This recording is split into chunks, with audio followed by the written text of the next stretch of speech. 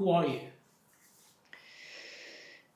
I'm Samreen, and gosh, that's quite a direct question to be asked. Who am I? I naturally gravitate towards what my name means, actually, and where I've come from, or the roots of where I've come from, where I was born.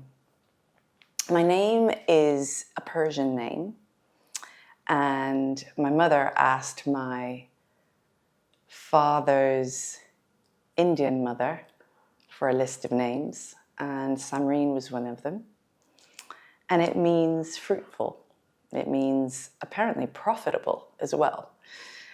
So there's quite a range of meanings. I was born in Venezuela. My mother's from Venezuela. My brother was also born in Venezuela.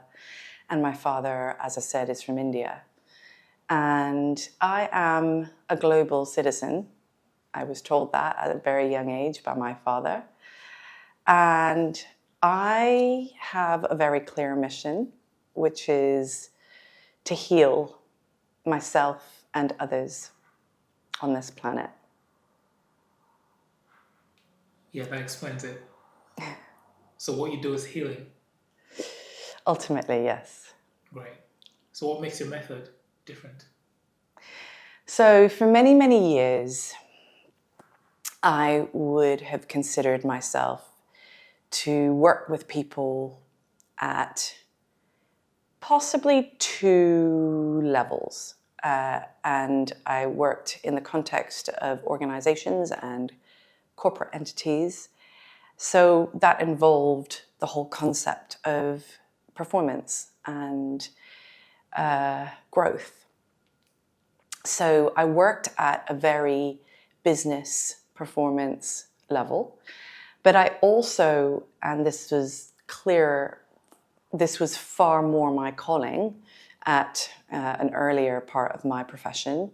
I also worked at a deeply behavioral level, so enabling individuals and teams within an organizational context to connect with themselves and with those around them.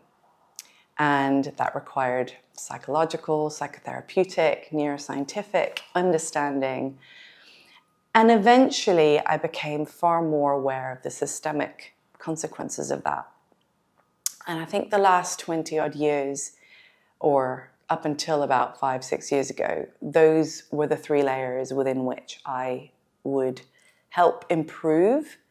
And I wouldn't use the word healing at the time, though it was fairly prominent when I branded my business Turmeric because of its healing properties a few years ago. So that's probably where the roots of my healing profession began and evolved.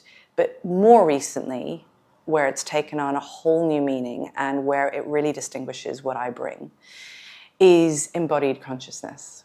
And embodied consciousness to me is recognizing that in order for us to, whether it's improve, develop, grow, thrive as individuals, as collectives, as organizations, even as society, we need to understand how that lives beyond the mind and within the heart, the body, and the soul.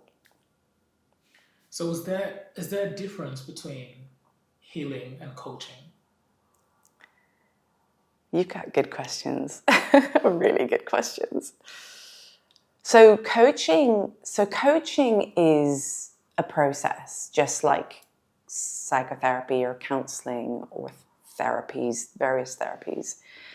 And it's a space, it's a safe, and I'll talk about safety a little bit more, I'm sure, later. It's a safe space where an individual and now increasingly teams can come together with the support and guide and holding of a coach to make sense of their context and to better understand what's meaningful and what might need to change and how. And a coach would enable those conditions. So as a coach, I've seen myself over the years creating those environments, creating those conditions with an infusion of all sorts of different disciplines.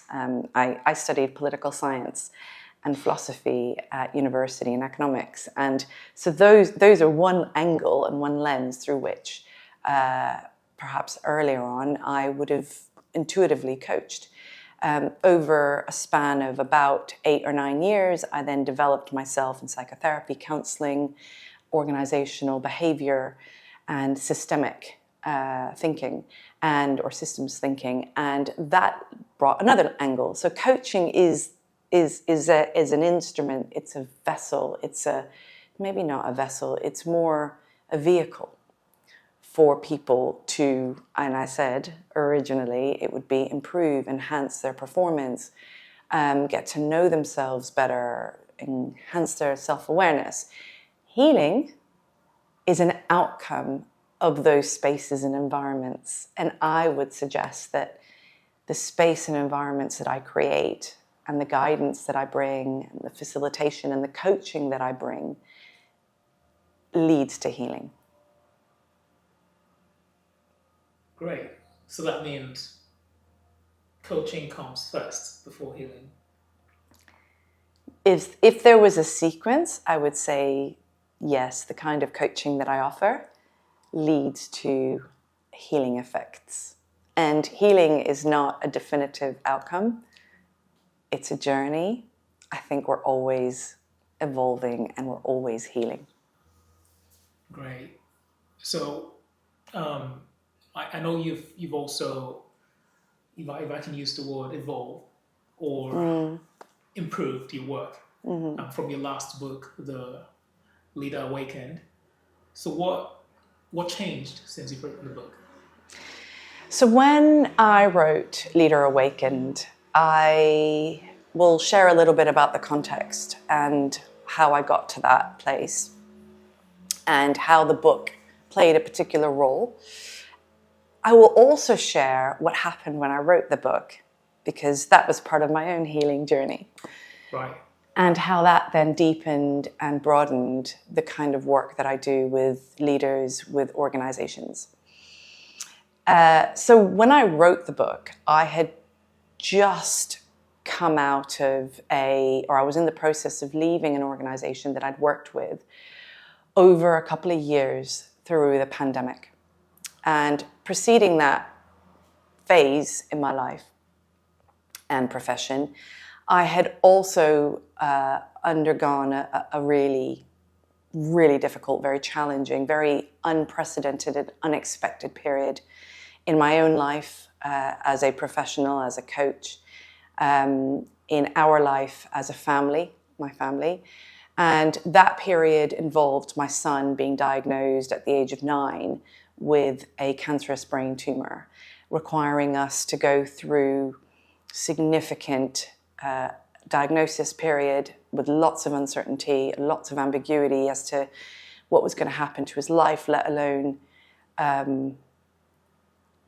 his life, any of it. I'm slightly lost for words as to, because I just transported myself to the level and the quality of ambiguity that we were living at that time. And then we finally found out that actually it was treatable, and he went through a few months of chemotherapy, and this followed several brain operations. And then we had to go to the US, and he received the final part of his treatment, which involved proton beam radiotherapy, a type of radiotherapy that wasn't available in the UK. So as you can imagine, it was a hugely discombobulating period, very disruptive to our life, but most of all, extremely terrifying. So I'd gone through a fairly peak period of adversity. And the period that followed required me as a mother to come back and hold the fort. My husband went back to his job. He had to take a sabbatical for us to move to the US for a few months. And it required me to pick myself back up again, which was by no means an easy task. But before that, to create as much safety and containment for the family to pick themselves back up again. starting with my son. Actually, my daughter suffered significant abandonment. So it was a really complex period. Now, coming back to what happened when the pandemic struck, something fell from the sky. I was definitely looked after by something greater than myself, and I found a beautiful opportunity to work within an organization just as we were going into lockdown. And I had this I was like a child in a playpen, because I had this very colorful and textured context. This organization was going through a major merger. Obviously, we were going through the pandemic, and it was also going through a major digital transformation. During this time, they needed their senior leaders to receive support, to receive some hand-holding, and to gain perspective on the amount of change that was coming up, the amount of change that was actually also injected into the system by the merger and by the pandemic, and the strategic shifts and changes that were expected from this strategy. So I built a faculty of coaches, all externally hired. It was absolutely brilliant. And we created a really lovely environment for leaders to be held, to have safety, to be provoked and challenged, to seek solace at a time when things were working and moving very, very rapidly. I learned a lot, because up until that moment, I had worked externally. I'd lived on the margins of organizations. I'd worked with Ashridge Consulting, which was part of Holt Ashridge, for many, many years. I'd worked within a small consultancy startup. And actually, during that time, although I'd grown and evolved and developed, I'd never been on the inside.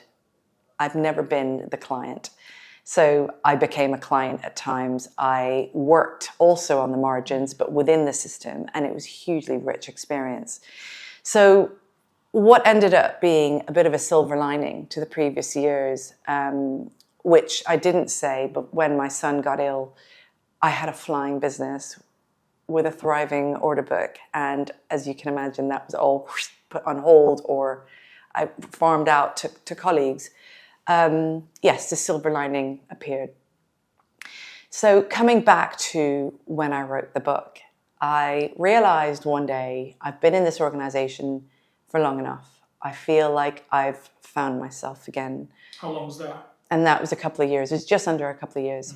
And I thought, what am I going to do now? And I always loved working within my small business. I subcontract to other coaches and other professionals.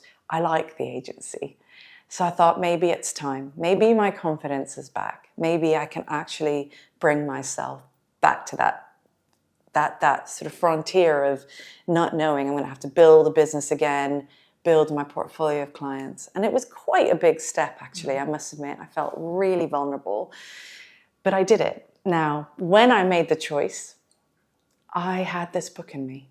I thought, I've got to capture everything I've learned, not just in the last couple of years and this incredible opportunity I've had and navigated and learned from, but also from the previous years. So I created this Leader Awakened book, and it's part memoir, me actually, because a fundamental principle that I take from my coaching and training of leaders is that it has to start from within. It has to start with, who am I?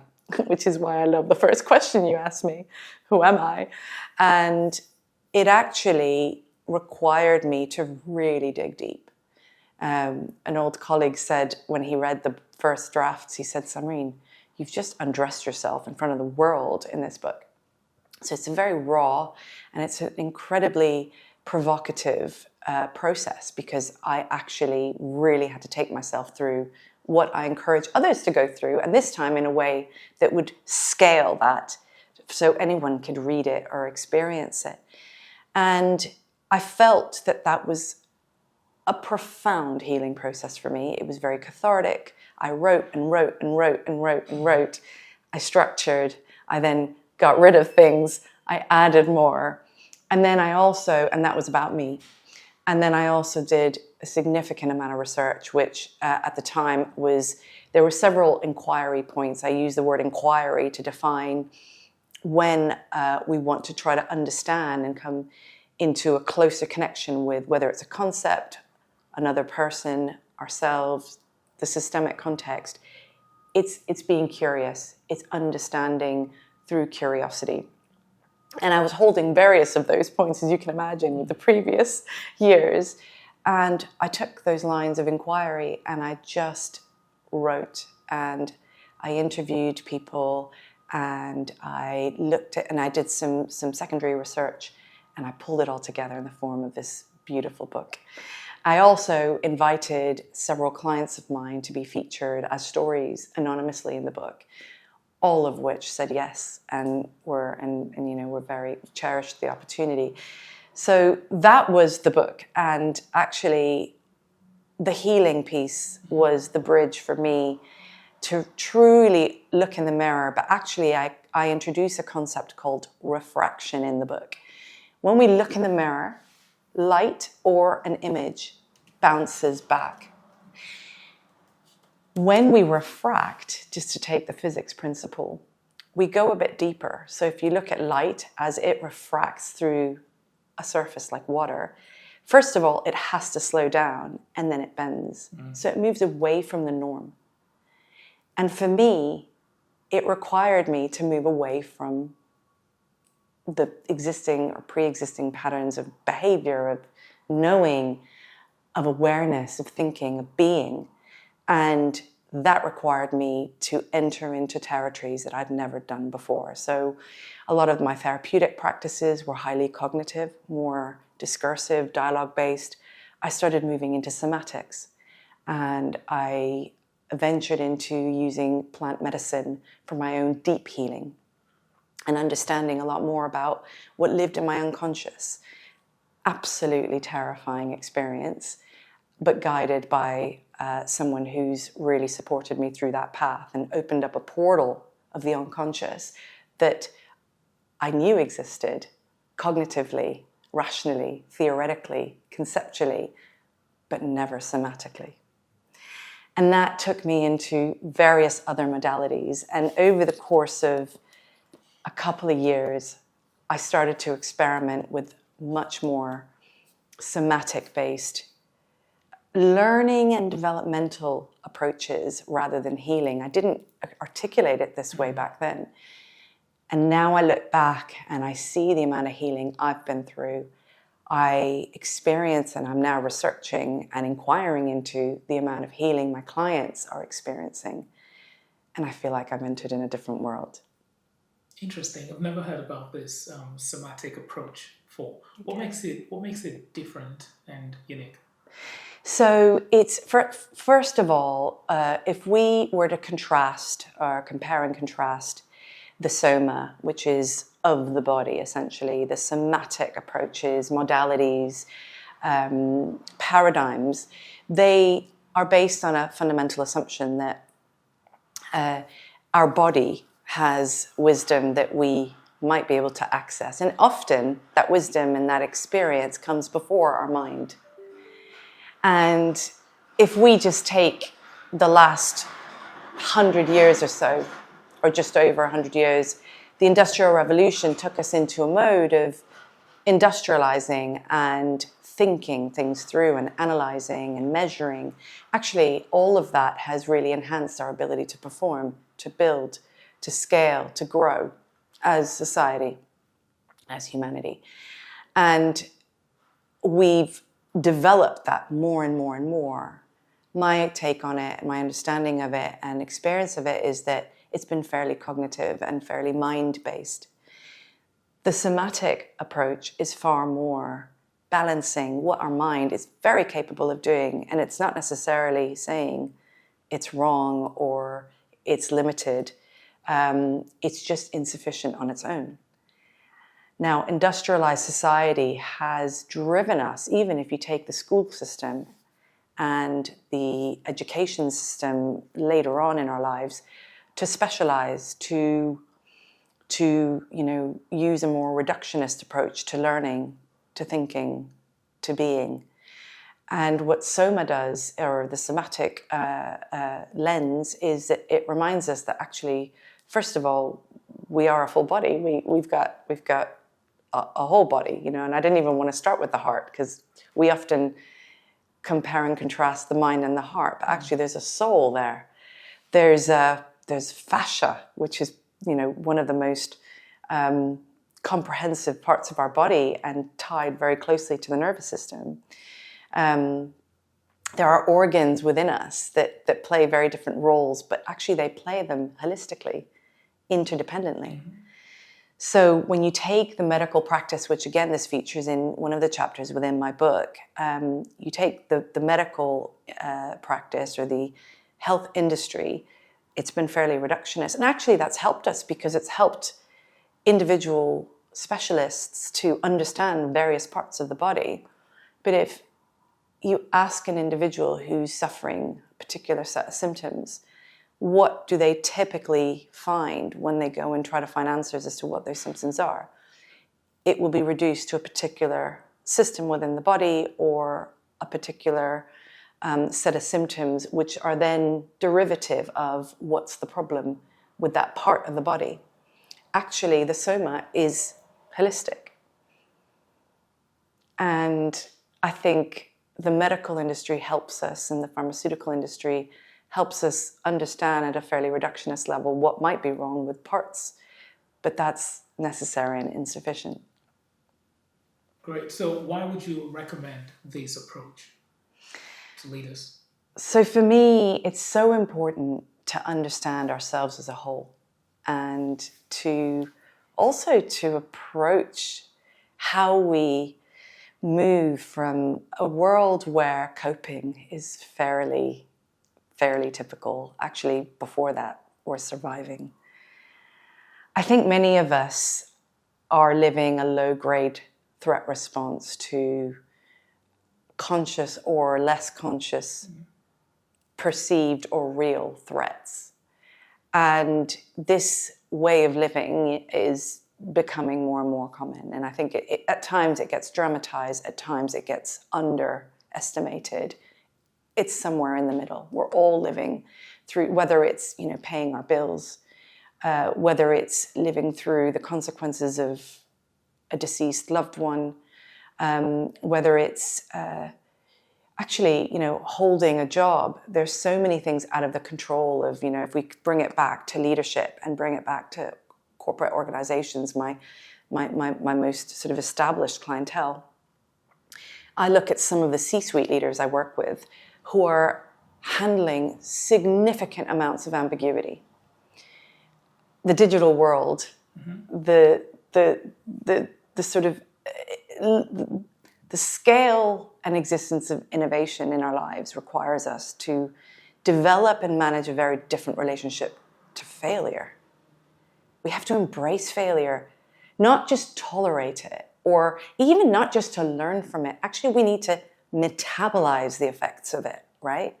So understanding that we live on a spectrum of embracing, accepting, being with, not tolerating, but actually coexisting with, versus resisting, controlling, feeling the need to fix. If we take that spectrum, our bodies are responding along that spectrum in ways that we don't, and our minds don't tend to focus on. Our minds tend to focus on the context, and not even then, by the way, sometimes, or the problem in front of us. The effects of being in resistance is that our body contracts. When our muscles are contracting, we are not creating a healthy environment for us to be, to thrive, to be live, to be in that live state. The impact of that between our body and our mind is significant, but often unseen. Whereas when we accept, when we embrace, when we allow, when we live with some of these inconvenient discomforts, it allows us to actually expand, soften, create the ability to explore the new, the different. And I would say that vulnerability sits very, very importantly here. Vulnerability has been used so many times in the last few years, and actually quite helpfully by Brené Brown. She's put it on the table, put it out in the narrative. Really, really grateful for that. Amy Edmondson talks about psychological safety and, again, the role of vulnerability. And I would say vulnerability is the hothouse of creativity.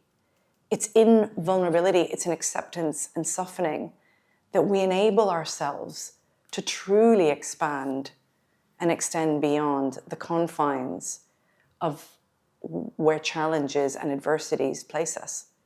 Now, where do you draw the line in vulnerability? So Should there be any line at all? I think that's a really beautiful question. And vulnerability also carries the notion that, particularly when in particular context, in some contexts like a corporate context, that, it leads to risk, it leads to self-exposure at a cost. It can, and this is a really important point, which I want to come back to when I explain a little bit more about the kind of somatic work I do. Vulnerability is very primitive element in how we live. Society and, I would say, cognitive processes that are very clever, and the psychoanalysts would explain them as defense mechanisms. They help us, avoid, project onto someone else because it's safer for me, or transfer, which, transference is an old experience that's showing up in the present, and I'm experiencing it as if it is here. Sublimation, I'm going to go and work out a lot more because it makes me feel better about something that I don't like the feeling of. Now, these are all examples of defenses, and they're very clever mechanisms within our mind, actually. Vulnerability as a process requires us to be safe. So in some contexts, actually being vulnerable is probably not appropriate unless there is a contract there or set of boundaries where you can be vulnerable, and that vulnerability can lead to something generative rather than abusive. So absolutely there's a line. And that requires us to work with vulnerability, to work with the less conscious, less seen elements in ways that enable us to work with them constructively and with care and kind compassion and love. Right, so would you recommend energy transfer? Because I hear this, energy is not lost, it's transferred. Yeah. Like someone who's trying to cope with a particular thing, and they replace that with something else, like maybe running. Maybe someone's trying to quit smoking. Yeah. And they decide to start running. Yeah. So would you recommend such transition, or would you recommend that they allow themselves to go through that transitioning process as opposed to channeling the energy to something else? It's a really interesting question. It's such a good one. But how long have you got?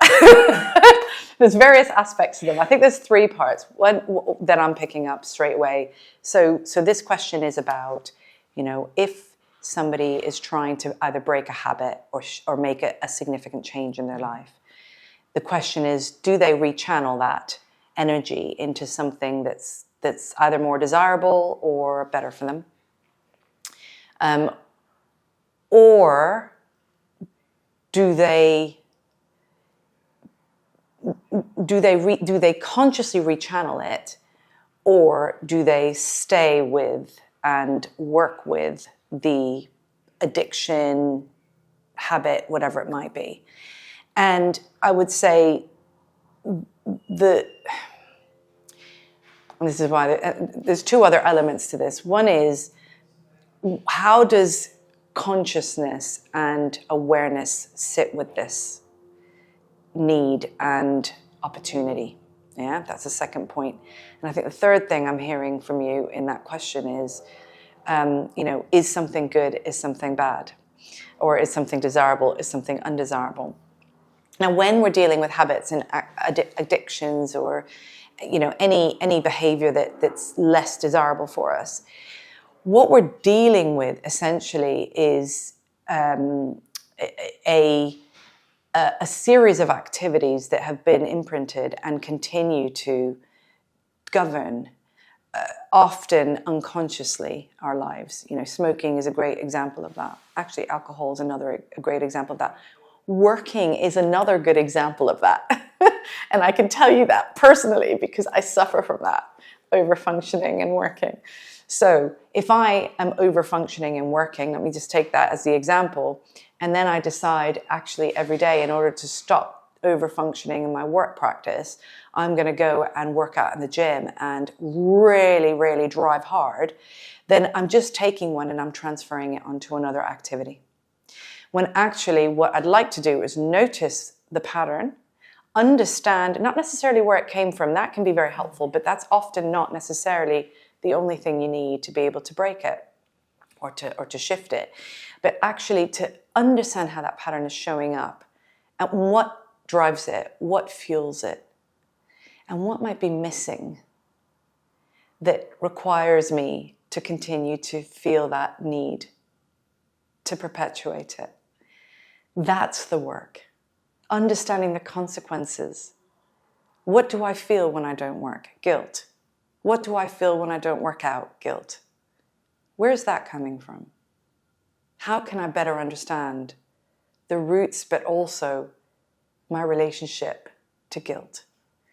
And that's the kind of work that I would encourage people to do, to understand, and I certainly do myself. What I did, by the way, is I've now substituted working out like a fiend to actually doing more yoga, but also peppering walking the dogs without my headphones on and connecting with nature at a time when actually what I've been doing is driving more and more. And this is, by the way, one of the defense mechanisms. It's called sublimation. But in order for me to understand that, I had to slow down and stop. That felt really uncomfortable. I had to quit a gym membership that required me to put on a device and compete on a leaderboard. Would you call that resistance? Which bit is resistance?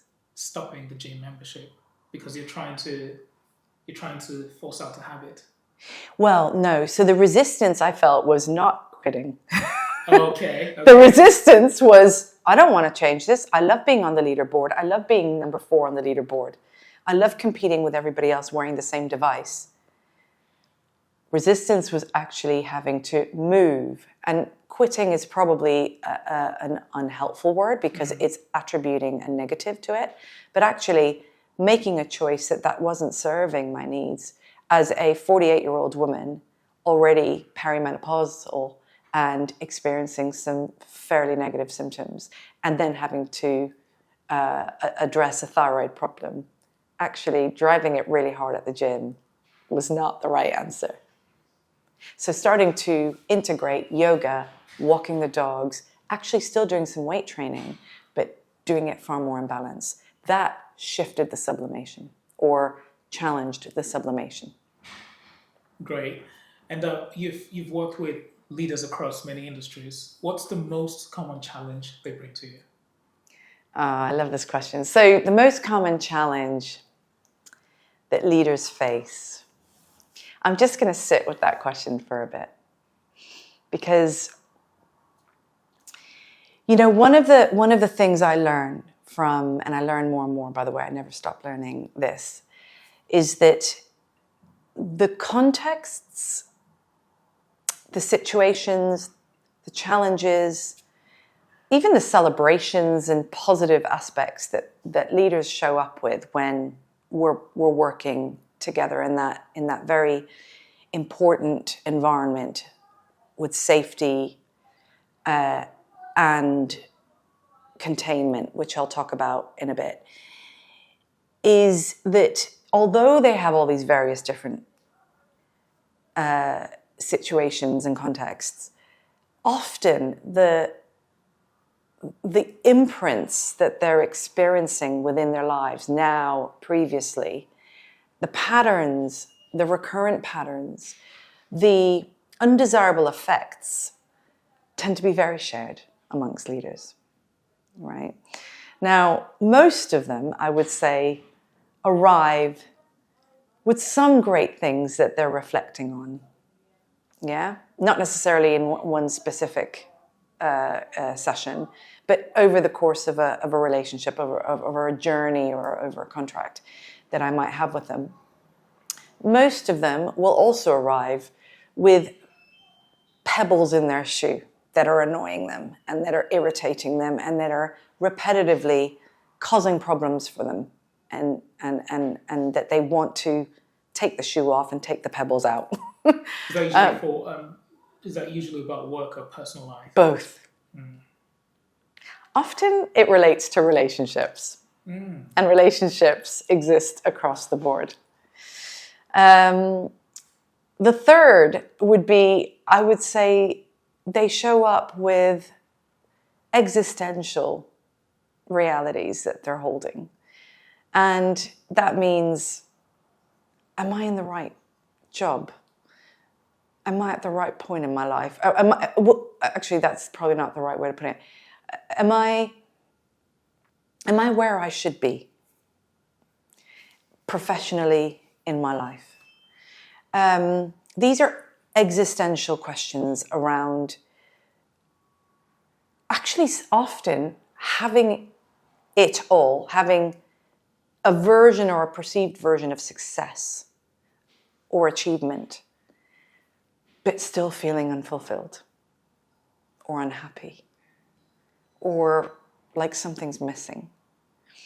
And I would say then there's more, but generally speaking, those would be the three. And I tend to find, and I do have a very quick example I want to share on this, which happened this morning with a client. I tend to find that the celebrations are few and far between. I often have to drag those out, you know. I was going to ask that. The reflections of actually, or even naming something that they've said in a fairly negative context, and then me going, have you noticed this? Or actually for me, this is quite rewarding for me, but surprising for them, is seeing them move across the journey of the course of our time together and seeing huge shifts and changes, sometimes leaps forwards. Life is not linear. Sometimes emergent things that were unexpected or even part of the original conversation we had. And them going, wow, if you hadn't told me that, I had no idea, but you're absolutely spot on. Or when their husband or wife or partner has said to them, or even child has said to them, wow, I've noticed this change in you. I mean, that's probably one of my most rewarding. So those take work, I would say. Absolutely, yeah. The second category, the rocks, the pebbles in the shoe, those often, they're quite nice because they're quite, not quick fixes, but they're quite nice because they're very tangible. Often, I'm not saying they're easy, but often it feels, it's a sense of satisfaction. It's a bit of a tick in the box, metaphorically. Okay, now I can understand why that might be happening. I've got it off my chest. Actually, just by talking about it, I've had a state of catharsis, like an emotional release. And I know exactly what I need to do. And actually, having a conversation that just hasn't happened probably is going to help me address it. And often, that's all that it's taken. Maybe there's some skills development there or awareness that happens in the coaching space. But actually, typically, that's all that needs happening. The third category, that existential, far deeper category. And I think for me, this is the one that, I mean, I love it, right? I love helping people hold dilemmas, hold polarities, help them see the color in between the black and white, help them actually develop the propensity to stay with something that actually typically they would have either avoided. And often a client will show up and say, I haven't prepared for today, so I'm not quite sure what I want to talk about. And then I'll say, okay, well, let's do a breathing exercise, and let's just get you into your body, and let's just maybe do a bit of a visualization. There's various versions of this. And let's not try to come up with something. Let's just see what emerges. Within a few minutes, there's clarity. There's a real sense of purpose around what we work on. And at the end of those sorts of sessions, they show up and say, thank goodness I've had this period in my day. Otherwise, that would have been something that would have either been held in the ether, formed one of the boulders in the backpack of life that we all carry, and continue to weigh them down. Brilliant. So in Leader Awakened, you write about adversity being unavoidable. Why do so many leaders still resist it? Why do so many leaders Still resist. Adversity.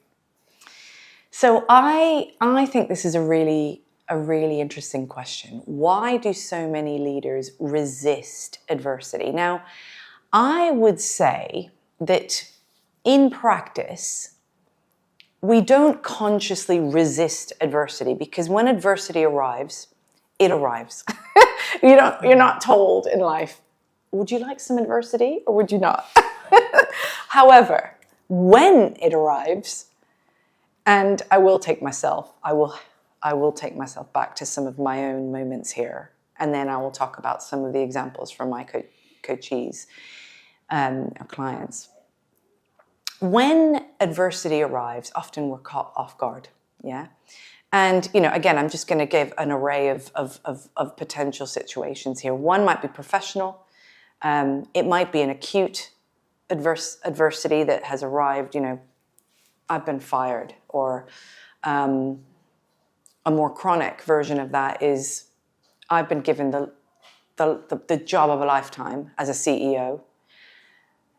And then what tends to happen, and by the way, I've seen this a few times, over the course of 18 months to 2 years, this job of a lifetime has evolved into metaphorically sat with your hands tied behind your back.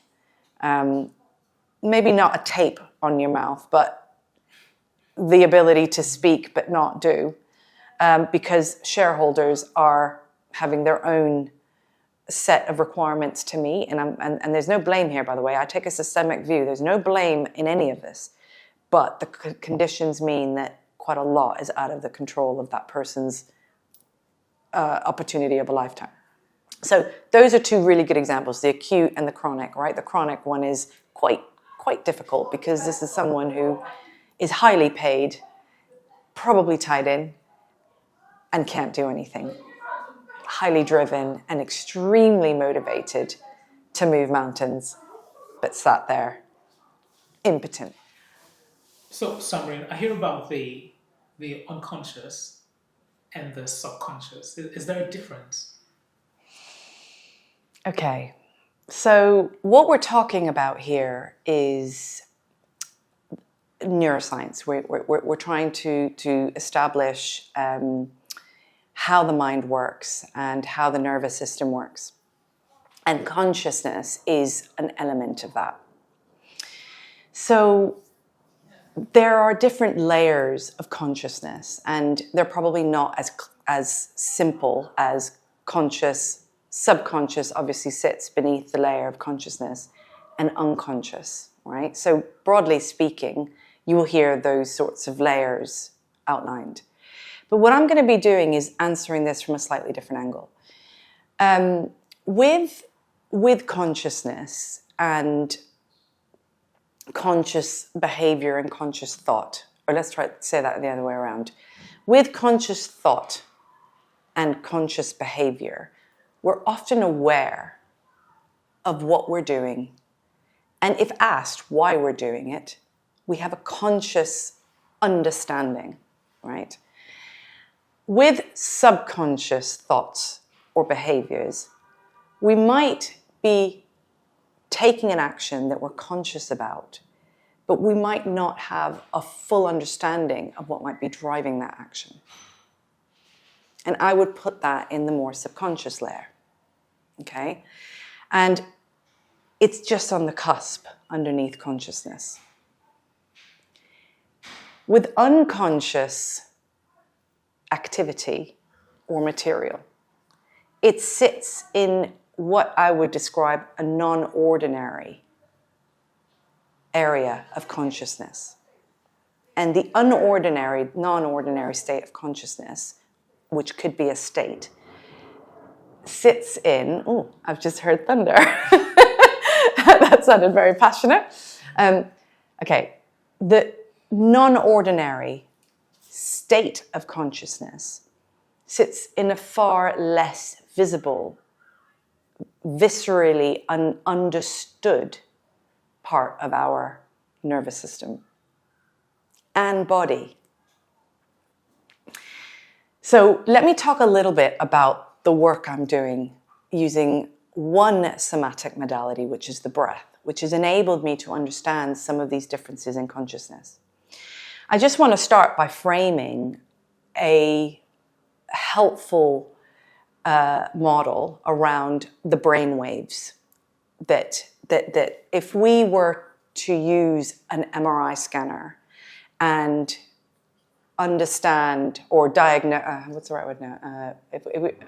If we were to use an MRI scanner and assess the brain waves that you and I are in at this state, it would be picking up a fairly busy brainwave, and that's a brainwave called beta state. Okay. Now, the beta brainwave state is typically the state we're in when we're doing something. You and I are currently having a conversation. I am talking about a concept. I'm slightly aroused in the sense that I'm having to make sure that I'm coherent in what I'm saying. I'm articulating facts as far as I know them, or they're well validated. And you're in an aroused state because you're listening to me and you're processing the information I'm sharing with you. And that's roughly the middle of the beta state, and it's a fairly busy state.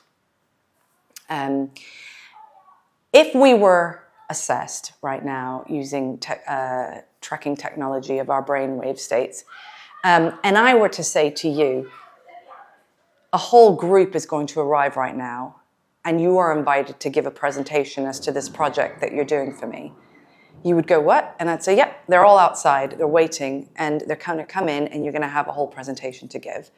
Your beta state would probably, or definitely, rise to a slightly higher level within that beta state.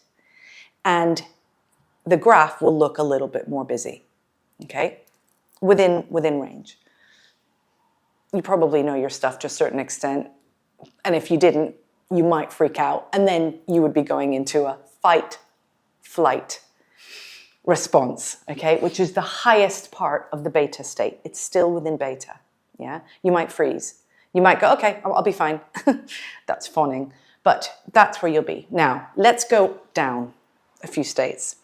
The lowest part of beta and the interface with the lower layer which is called alpha, is a far more relaxed, meditative. Actually, you're probably a little bit there now. You're relaxed, you're sitting there, you're listening to me, quite interested, but still your brain waves are quite active. If I started to take you through a visualization or meditation, I would fairly quickly take you into a relaxed state. Your mind might still be busy, noisy, but I would still take your brain state into a more relaxed state. You're not performing, you're not asking me questions, you're not listening and trying to learn. You're just I'm taking you through a sort of meditative experience. We'll be going south down those layers, okay? Now, the more meditative you're able to get into, we'll move down into the layer below, which is the theta brain wave state.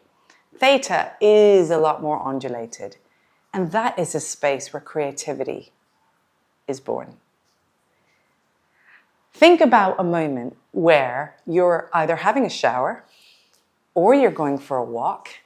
There's no agenda. You might be listening to some music. You might have a moment of stillness, and a really amazing idea comes to you. Or something you've been troubled with suddenly releases. Now, you're not fully in theta, but you are in a state between alpha and theta, where you might be conscious, you're still conscious, but your subconscious is softening, accepting, opening, expanding.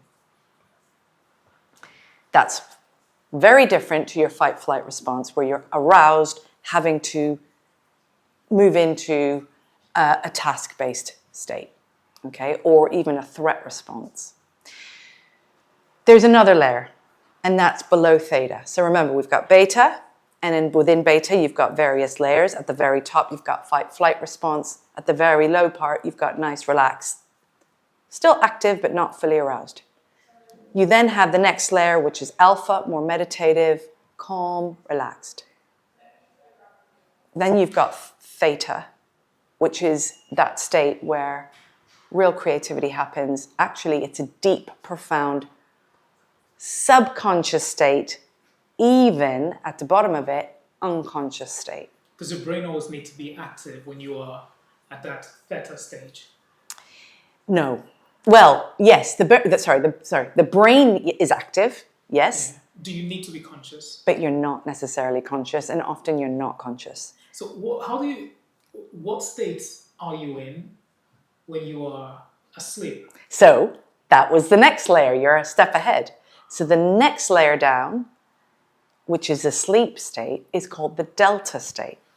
And then you've got some nice, very slow brainwave undulation. Still active, but asleep. That's where cellular regeneration happens. That's where the restorative rest allows our bodies to replenish. Right? So, again, just to summarize, beta is active, conscious. Alpha is conscious, moving into the subconscious. Theta is moving from the subconscious into the unconscious. And then there's another version of the unconscious, and this is a very different version of the unconscious. So you're not just in your creative bedrock. You're actually up in a stage which is above beta, and that's called gamma brainwave. That's strong spiritual connection with yourself, within, with your inner divinity. For some of us, that might be God. For some of us, that might be a relationship to Mother Earth. For some of us, I get very excited. For some of us, it might be the universe. For some of us, it might be a really, either an unmetabolized or unprocessed grief with an ancestor that needs to be spiritually connected. So that's hopefully given you a slightly different answer to the conscious, subconscious, unconscious. Now, gamma is deeply unconscious, and so is theta. Right? Let me explain a little bit, and maybe you can answer. Maybe you can ask the question of how do you work across these layers now through your somatic work, and then I can start talking about breathwork and how I'm actually bringing it to like the corporate setting. And then, by the way, we can come back to the resistance question, because the resistance question sits within here. It doesn't sit here, it sits also in the conscious, but actually it can be better answered here. Yeah, I see why this is called healing. This goes beyond the regular coaching. It's different. Does it apply to all humans? Does every human have this? Yeah. Every human has it. We all have it. I mean, I think that's a really interesting question you've just asked, because, what would an ADHD versus a Down syndrome person versus a human who has, a different state. A lot of this is still being researched at the moment. I wouldn't be able to answer that question actually directly. I know ADHD. I can come back to the ADHD version of it, but we all have those levels. The question is how do we work with them, or how do we work with them? We all have those levels available to us. the question is how does it manifest for each individual human? Yes. Yeah. So is it possible for anyone to be able to, I mean, with the right mechanics, is it possible to be able to activate each of this whenever you want them? My short answer is yes.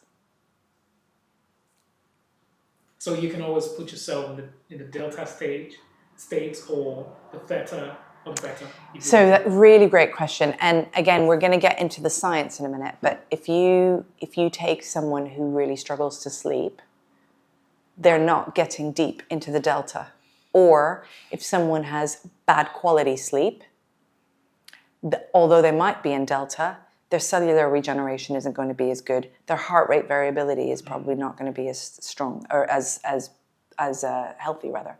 And so yes, you can get there, but it takes practices to enable you to work with your nervous system and to work with your soma in a way that helps you navigate those layers far more effectively, which is not just healing, it's performance, it's happiness and joy, it's fulfillment, it's spiritual connection. It spans all of it, which is why this is such an incredibly untapped, exciting time for us as humans.